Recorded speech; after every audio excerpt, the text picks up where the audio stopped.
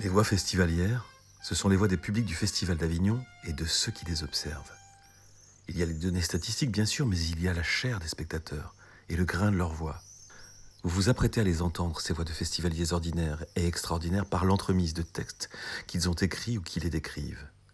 Ces textes sont des sociogrammes, des extraits de thèses, d'ouvrages, d'entretiens et de notes issus des cahiers d'observation des chercheurs présents sur le terrain du Festival d'Avignon depuis plus de 20 ans.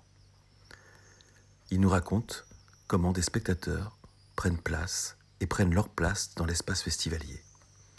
Les événements relatés ici se sont donc vraiment déroulés et les personnes décrites ont toutes existé, même si elles semblent parfois avoir quelques ressemblances avec des personnages imaginaires.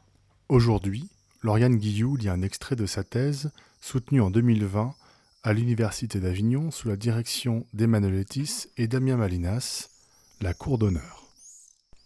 La cour d'honneur du Palais des Papes est à ce jour le seul lieu à avoir été investi sans interruption depuis la Semaine d'art dramatique de 1947.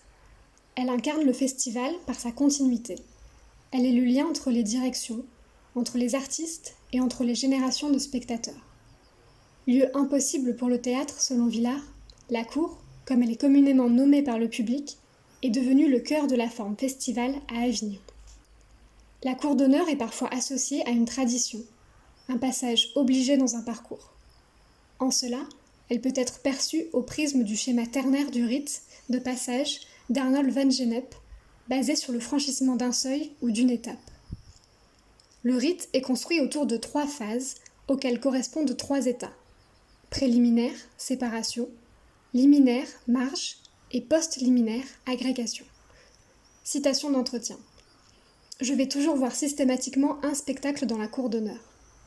Je tanne tout le monde pour qu'ils aillent au moins une fois voir une pièce dans la cour d'honneur. Pour moi, les traditions, il y a des lieux. Il y a la cour d'honneur, il y a Benoît XII, il y a le cloître, il y a des lieux. Je ne crois pas que j'ai raté une cour, je ne pense pas. Je ne pense pas que j'ai raté une cour d'honneur importante, enfin un spectacle de cour d'honneur. Fin des citations.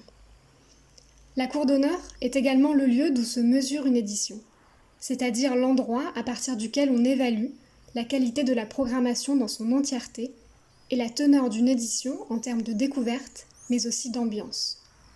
Plus globalement, elle incarne l'institutionnalisation du rapport au public en étant le lieu de la démocratisation culturelle. Le choix des pièces qui y sont présentées constitue une adresse en tant que telle de la part du Festival d'Avignon, comme institution, vers son public.